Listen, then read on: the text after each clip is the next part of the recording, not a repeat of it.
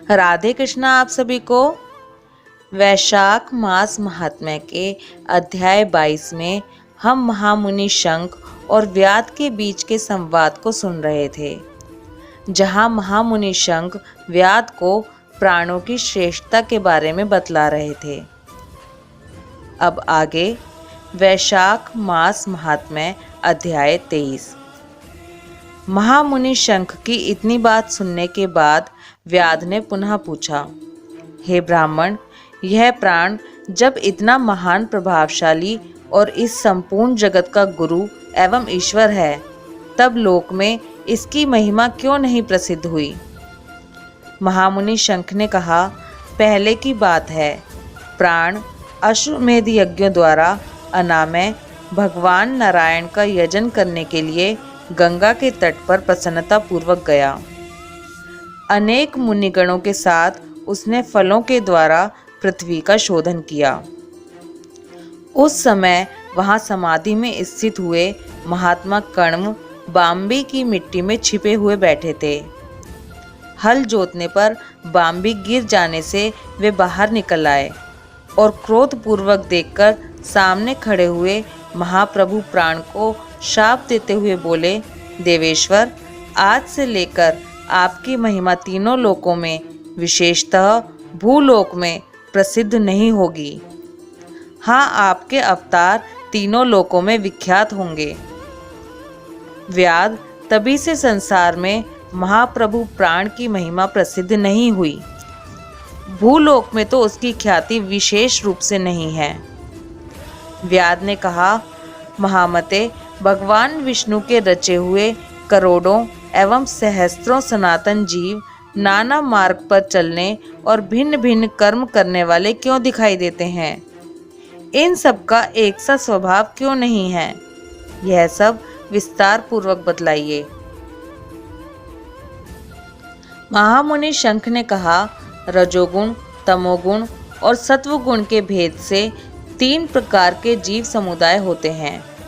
उनमें राजस स्वभाव वाले जीव राजस कर्म, तमोगुणी जीव तामस कर्म तथा सात्विक स्वभाव वाले जीव सात्विक कर्म करते हैं। कभी कभी संसार में इनके गुणों में विषमता भी होती है। उसी से वे ऊंच और नीच कर्म करते हुए उसी के अनुसार फल के भागी होते हैं। कभी सुख, कभी दुख और कभी दोनों को ही ये मनुष्य गुणों की विषमता से प्राप्त करते हैं।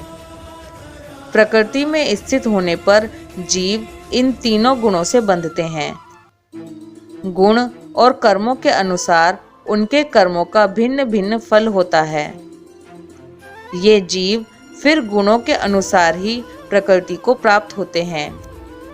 प्रकृति में स्थित हुए प्राकृतिक प्राणी गुण और कर्म से व्याप्त होकर प्राकृतिक गति को प्राप्त होते हैं। तमोगुणी जीव तामसी वृत्ति से ही जीवन निर्वाह करते और सदा महान दुख में डूबे रहते हैं। उनमें दया नहीं होती, वे बड़े क्रूर होते हैं और लोक में सदा द्वेष से ही उनका जीवन चलता है। राक्षस और पिशाच आदि तमोगुणी जीव हैं, जो तामसी गति को प्राप्त होते हैं।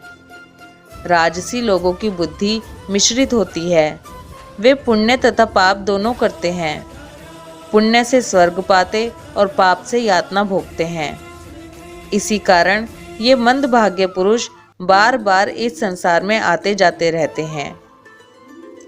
जो सात्विक स्वभाव के मनुष्य हैं, वे धर्मशील, दयालु, श्रद्धालु, दूसरों के दोष न देखने वाले तथा सात्विक वृत्ति से जीवन निर्वाह करने वाले होते हैं।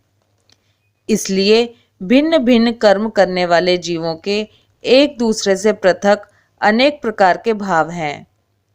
उनके गुण और कर्म के अनुसार महाप्रभु विष्णु अपने स्वरूप की प्राप्ति कराने के लिए उनसे कर्मों का अनुष्ठान करवाते हैं। भगवान विष्णु पूर्ण काम हैं। उनमें विषमता और निर्दयता आदि दोष नहीं है। वे समभाव से ही सृष्टि, पालन और संहार करते हैं।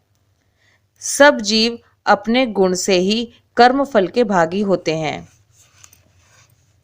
जैसे माली बगीचे में लगे हुए सब वृक्षों को समान रूप से सींचता है और एक ही कुओं के जल से सभी वृक्ष पलते हैं, तथापि वे पृथक पृथक स्वभाव को प्राप्त होते हैं। बगीचा लगाने वाले में किसी प्रकार विषमता और निर्दयता का दोष नहीं होता। देवाधिदेव भगवान विष्णु का एक निमेष ब्रह्मा जी के एक कल्प के समान माना गया है।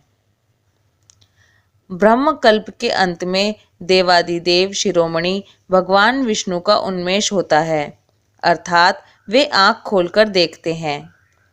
जब तक निमेष रहता है तब तक प्रलय है। निमेष के अंत में भगवान अपने उदर में स्थित संपूर्ण लोकों की सृष्टि करने की इच्छा करते हैं।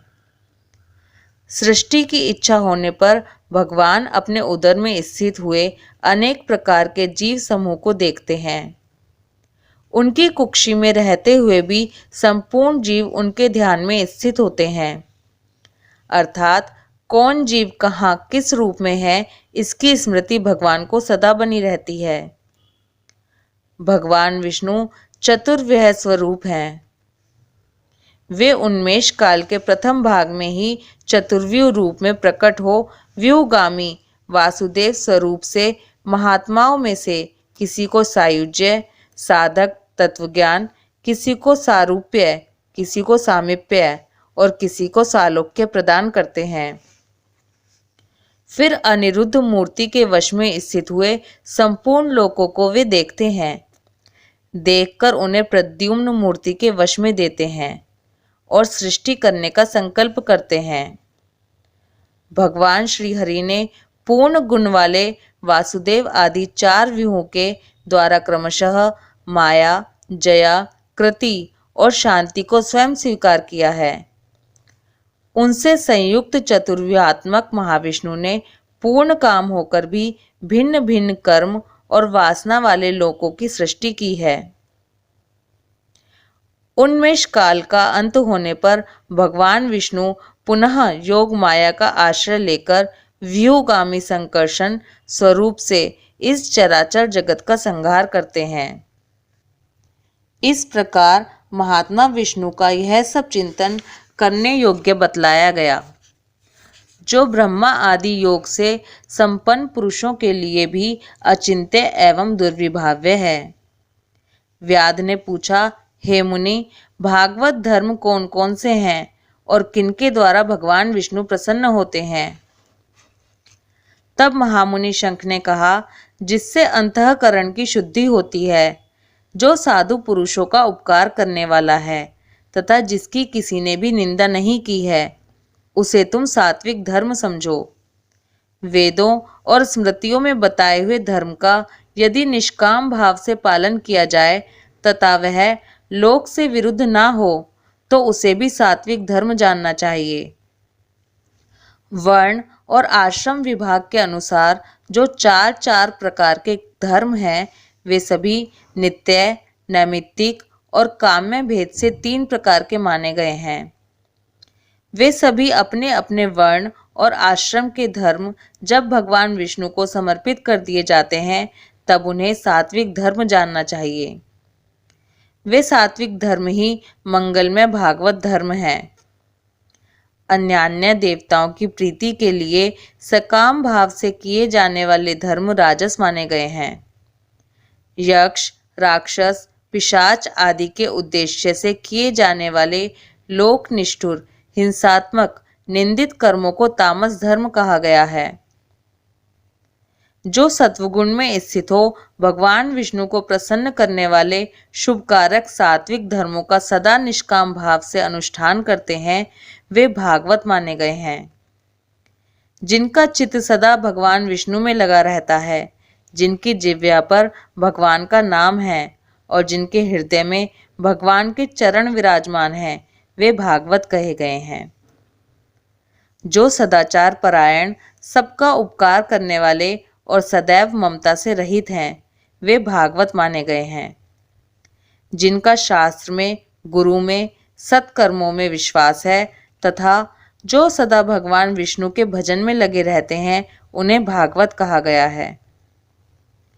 उन भगवत भक्त महात्माओं को जो धर्म नित्य मान्य है, जो भगवान विष्णु को प्रिय है तथा वेदों और स्मृतियों में जिनका प्रतिपादन किया गया है, वे ही सनातन धर्म माने गए हैं।